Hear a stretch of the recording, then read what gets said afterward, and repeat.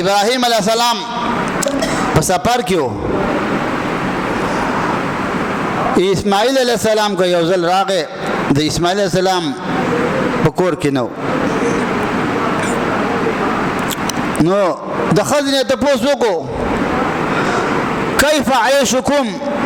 دا ژوندم څرنګه دی نو ښځې خو ډېرې ناشکره دي که نه چې هر کله څه ورکې او یو ځل څه نه و نو بیا وایي ما رأیتو فی بیتک خیرا قطو ستا په کور کې ما خو څه نه دي لیدلي هغه ټول عمر دي چې خوړله هغه څه شو نو ویل زمونږ فاضيق عيش ویل ژوندم تنګ دی او لنډ دی او سخت دی شکایت یې وکړو ګیلې یې وکړه اوس خلک ټول شکایت کوي پیسې به اوسئ جامې به یې زامن به یې پلاټ به یې کور به یې ګاډی به اوسئ غوا به ورته ولاړئ ژوند یې څرنګه دی یاره بس هلکان څه نه کوي مړه بس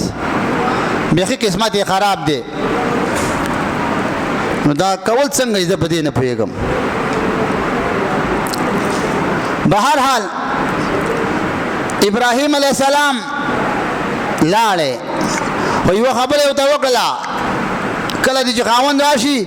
فقرئ مني السلام سلام خاوند ته زما سلام کوه او دا ورته ووایه یو سړی راغلی و او تپوس یې وکړو خو ویل دا یوه خبره وکړه یغیر عتبة بابه ویل چې هغه راته وویل یو بابا چې دا درشل دې بدله که درشل دې بېکاره ده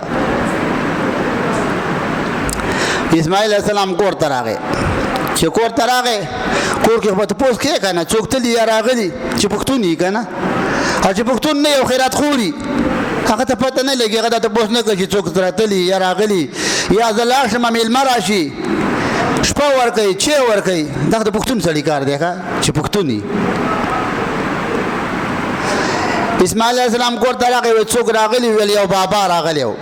نو ویل څه ویل ویل زمونږ د ژوند تپوس یې وکړو نو ویل تا ورته څه ویل ما چې ژوندم سخت دی ویل نور یې څه ویل